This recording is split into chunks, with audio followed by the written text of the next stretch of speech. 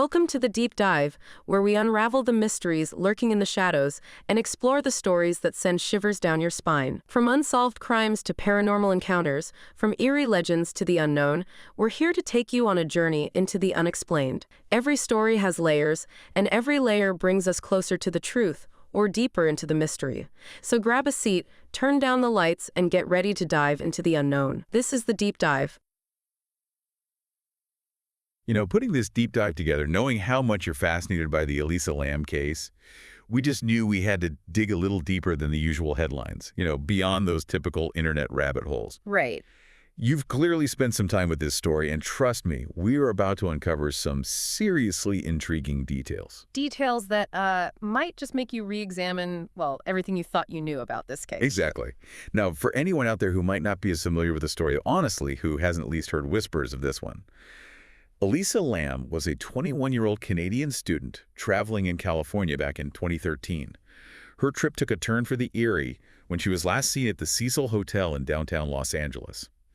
And you've probably picked up on the fact that the Cecil, it has a reputation. To put it mildly, yeah. And the Cecil's past reads like a crime novelist's mood board. The grim roster of suicides and unexplained deaths over the years. This place housed serial killer Richard Ramirez, the Night Stalker himself for a period. Yeah, and I think you might be wondering about the significance of the Cecil Hotel's location. And you're right to be curious, because it's right on the edge of Skid Row, an area of Los Angeles known for its struggles with poverty and crime. Right. Not exactly the kind of place you'd expect a young woman traveling alone to end up, and yet that's where we find ourselves, right at the heart of this unsettling story. It's important to acknowledge that Los Angeles, sadly, has a significant missing persons crisis. Thousands vanish each year, lost in the sprawl of the city. But Elisa's disappearance, it wasn't just about being in the wrong place at the wrong time. The circumstances surrounding her case are uniquely perplexing, even in a city grappling with so many unsolved disappearances. And those circumstances become even more chilling when you consider what happened weeks after Elisa vanished. Her body was eventually found in a place that, frankly, makes your stomach drop just thinking about it: the hotel's rooftop water tank. A location that was both incredibly difficult to access and seemingly implausible even for someone familiar with the building. We're talking about a locked roof, a heavy lid, and a tank that's over 8 feet tall. It's not a place you simply stumble into. Okay, let me ask you this, just putting myself in the shoes of someone who's followed this case closely like you have. Thousands of people go missing in Los Angeles every year, and as you said, the Cecil has a dark history. So why does this case, Elisa Lam's disappearance, stand out so starkly, even among all that? What makes it so uniquely perplexing? It's the question that hangs over this entire case, isn't it? How did Elisa end up in that water tank? And it's a question that leads us directly to what is probably the most talked about, most analyzed piece of evidence in this whole case, that elevator footage. The footage that has, sparked countless theories, hasn't it? Spawned, just tons of these amateur investigations, and left even seasoned investigators scratching their heads. You and me both. And you're right, this isn't just some, grainy security footage from a forgotten corner of the hotel. This footage, it's spread like wildfire online. And I have to admit, watching it, it gave me chills. It's not just her movements, but the way the elevator seems to react. It's truly unsettling. But there's more to it than just the eerie vibe, right? You've dug deep into the details, and some of the things you found in your research suggest this footage might be even more significant than we initially realize. What's fascinating here is that, the possibility that what we see in that widely circulated footage might not even be the whole story. Really? Several sources you've compiled point to potential manipulation. Okay. Or tampering with the original recording. Okay, now that is where it gets really interesting. Tampering, you say. What makes people think that someone might have messed with the footage? The technical details are, they're a bit complex, but essentially there are inconsistencies in the footage's quality, the way the timestamp jumps, and even how certain segments seem to, loop or repeat. It's subtle, but enough to, raise red flags for those who analyze this kind of footage professionally. And this isn't just about some internet sleuths with too much time on their hands. We're talking about people like Cody Fry, who did a deep dive into the timeline of the footage and pointed out inconsistencies that are just, well, they're hard to ignore. Yeah, you mentioned Cody Fry's analysis, and it's a perfect example of how a closer look can reveal these potential discrepancies. He he painstakingly reconstructed the timeline, highlighting that there's a significant chunk of time, well, unaccounted for, Okay. nearly a full minute missing from the recording.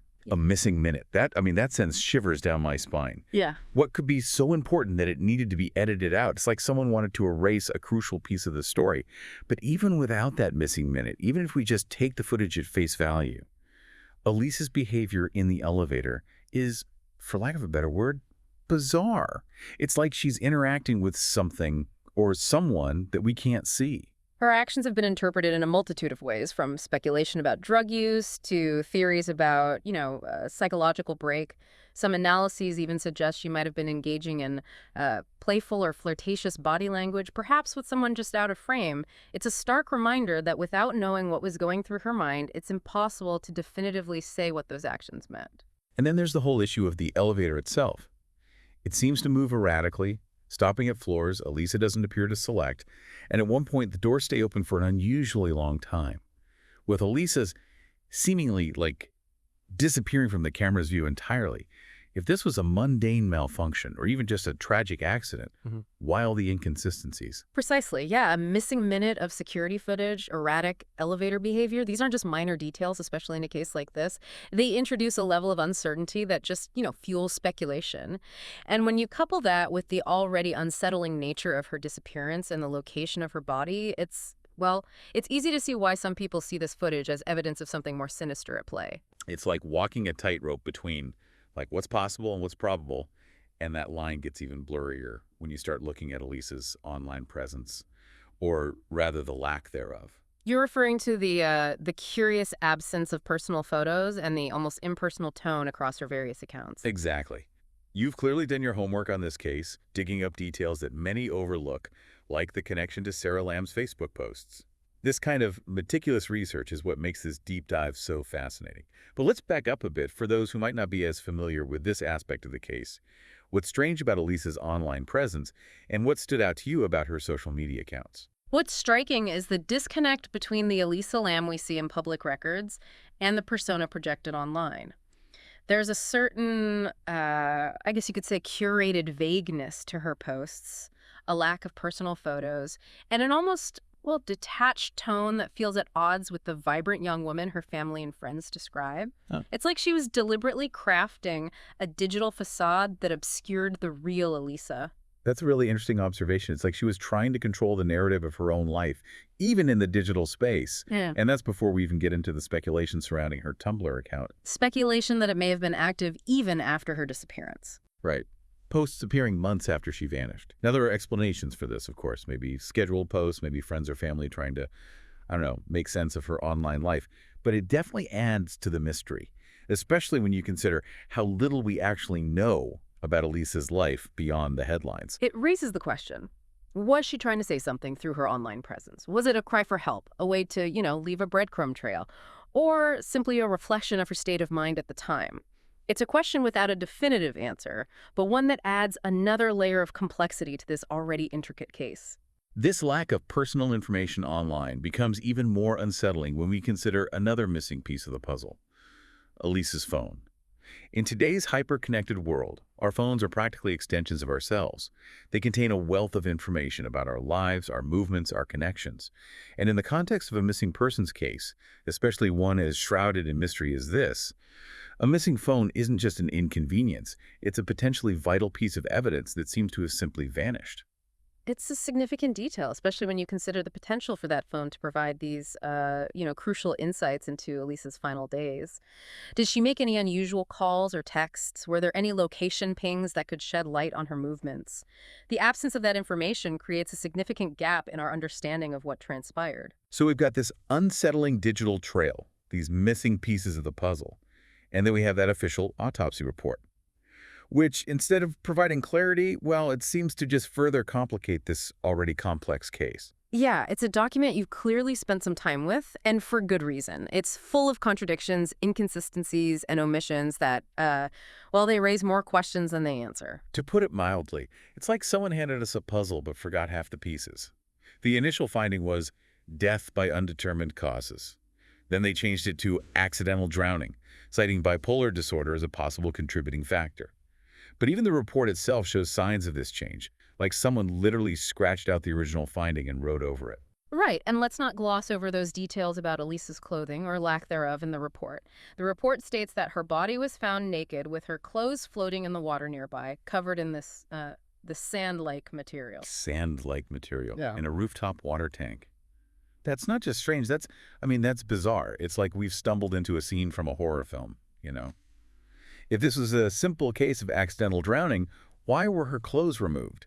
And how did they even end up in the tank with that unusual residue on them? It's these seemingly small details that cast this long shadow of doubt over the entire case. And frankly, the lack of information about the rape kit and fingernail analysis just adds another layer of suspicion. It's almost like the people writing the report didn't want to know the answers to those questions. And we haven't even touched on Dr. Yulai Wang, the pathologist who oversaw Elisa's autopsy.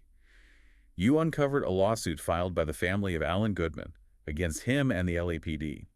Apparently, Dr. Wang has been accused of, mishandling evidence and drawing inaccurate conclusions in another case. Which, if true, certainly doesn't inspire confidence in the thoroughness of the investigation into Elisa Lam's death.